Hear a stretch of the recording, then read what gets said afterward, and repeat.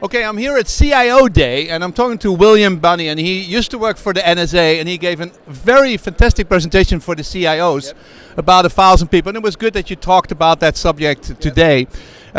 First, your background on the NSA. When did you work there? Well, I first started in the military from 1965 to 1969. Then from 1970 on to 2001, I was a civilian working for NSA. Yeah. So it's about 36 years total. Yeah, 36. So you have a long experience. When did you discover this mass surveillance, which basically bothered you? First, it came to my knowledge in the second week of October of 2001. And when I saw that, I immediately knew I couldn't stay there because it was a direct violation of our Constitution. You know, they were violating the First, Fourth, Fifth, and Sixth Amendment to the Constitution, and any number of other laws in the United States, the Pen Register Law, the Electronic Privacy Act, Electronic Security Act, all the laws governing FCC regulations governing the telecom companies.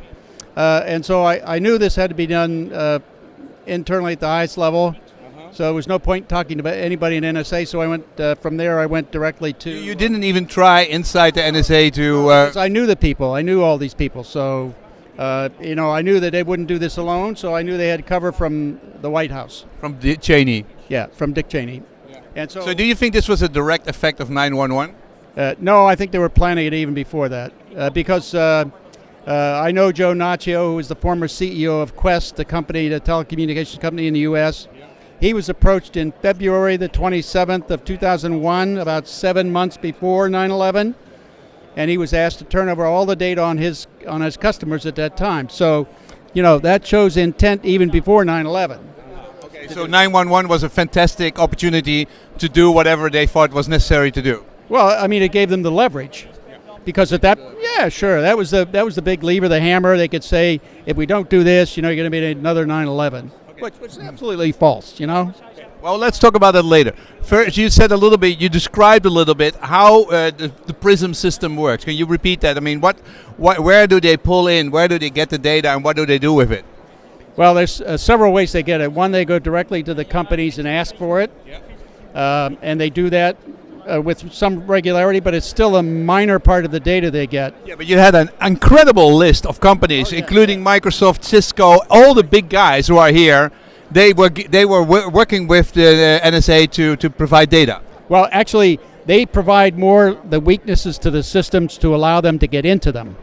Now, what that means then is NSA has all these tap points in the network. They can go anywhere in the network and get anything they want. So they use that access to penetrate into the devices. So it's not necessary that the companies turn over the data. They basically work with people inside the companies so that they can with the weak system. And when they have a physical link, they tap everything and they basically can get the data. That's it. Yep. Okay. And you also had a lot of countries. I mean, the Netherlands was one of them. We were proudly there on a list of countries participating. On what level are we participating? Well, you see, I don't know exactly. That depends. That's basically worked out individually by agreements between the countries.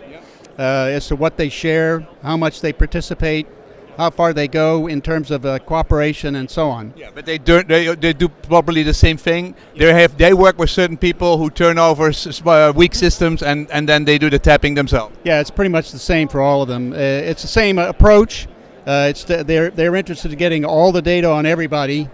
And it's just crazy. I mean, because it just buries them in too much data, and that means they can't figure anything out. That's why you have Brussels, Paris, Orlando, Boston, 9/11, all of them. Yeah. So that's the first thing.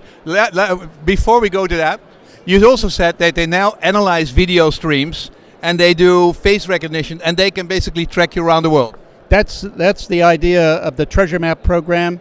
That first is the Treasure Map program. That's a beautiful name for a program. Well, it's mapping where everybody is on the net or in the world every minute of the day, so that your GPS off your cell phone, off your computer, whatever you're using electronically, says that you're at this point at this time, and then from there, if they have video on that, they can match up the video and say what face is in common, and then that's you. Okay, great. What a beautiful technology development, and that's really interesting in terms of power. Now, they have a whole lot of data, okay? They have petabytes of data, and they're building in Utah huge centers. Can they do something useful with all that data? Well, they could, but they don't know how. That's the saving grace, if you want to call it that. For democracy, they can't figure out anything. They can use it against people. That's very effective. If, for example, they don't like you and what you're doing, they can go into that data and find some dirt on you and use it against you. And they do that with other reporters. They did it with Jim Risen, the Associated Press, and other reporters. So they're threatening the reporters around the world. But they use it if they have something against you or if they know something out of other ways. But out of that big data don't come automatically the list of the terrorists. Right, that's exactly the problem. If you have to find the terrorists and you don't know who they are to start with, you got to go through this massive amount of data that isn't relevant to anything, and they can't get there in time to stop anything. Okay. Now, you left NSA and on friendly or unfriendly terms, but you've been talking about it. How have you been treated compared to your friend in Moscow? Well, they haven't, because I attack them directly, and I go directly to them. I want to go to court with them, that's the point, because I want this all in a court of law so that it can be discussed on a constitutional basis, because that point they lose, and that's why they don't bother me.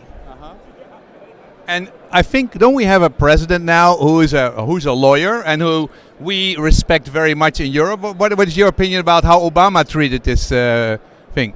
He is fundamentally attacking all whistleblowers as much as he can. He has prosecuted more whistleblowers than the entire set of presidents before him, and he wants to silence them. And he's a constitutional lawyer.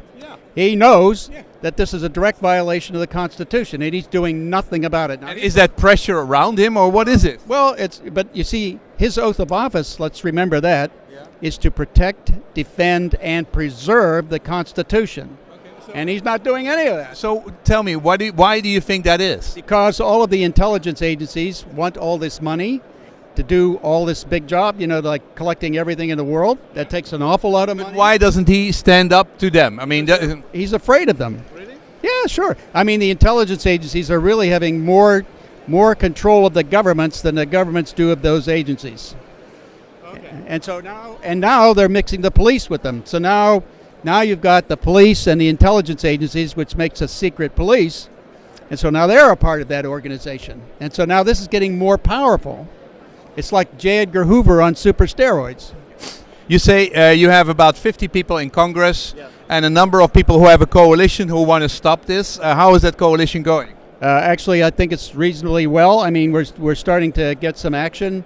Hopefully this year we'll be able to make some movement towards starting to stop this. In 2013, Representatives Amos and Conyers in the House put a bill on the floor of the House to try to stop the NSA bulk surveillance. It almost made it. It lost by 12 votes out of 435, which is not too bad. Now with the Trump administration, do you feel more positive towards them? Actually, I hope he comes in and says, you're fired to all of them, because they're all incompetent. They're all doing things for the wrong reason, and people die as a result of that. I mean, when you can't succeed at stopping threats, people die. And that's what's been going on. That's what happened in Paris, not once but twice. That's what happened in Brussels. That's what happened in Orlando. That's what happened in Boston, etc. All that money is basically thrown away and is not producing any result. Exactly. And Trump might not want to deal with that. No, I think he of any of them would do that. I have more hope for him doing it, saying you're fired. Than Obama. Obama would never say that. He's doubled down on this whole process. Okay. Bush started it, Bush and Cheney, and Obama has doubled down on it. You are here now at 1,000 CIOs listening to your story. Normally it would always be with left critical society people, but here you are in the center of the automation. How are you treated in America? Do they have the same reception for you?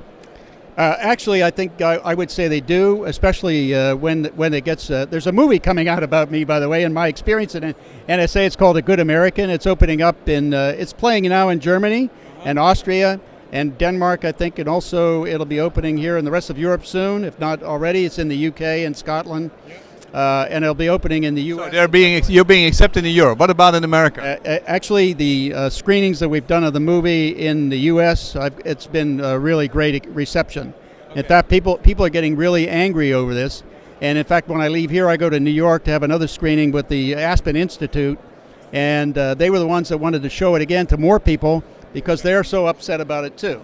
Okay, so there's enough people in the United States being upset that you're protected and they don't bother you too much. And the coalition we have of NGOs, of privacy and civil liberties advocates, has an outreach to about 10 million U.S. citizens. So there's a whole group of people, and hopefully we can get some momentum to stop this. Now, but okay, the speaker after you, Gardner, says, look what one country can do. Now imagine what all the Chinese companies and the American companies and the Facebooks of this world, etc., and what kind of power they have, together with artificial intelligence to smartly search for all the data. Are they also something we should be worried about in terms of democracy? Yeah, of course. I mean, they shouldn't be doing what they're doing either. There were laws against that. I mean, there were laws against sharing information about the individuals in the U.S., Electronic Privacy Act, Electronic Security Act, and in Europe, you have the data is really owned by the person, not by the third party holding it. Yep. So they have to get permission for that to release that. So after America, after the American government, the companies are next. Yeah, exactly. Okay. This was William Binney, an ex-former NSA official who basically told a story, and everybody really was fascinated by it. Thank you very much. Thank you.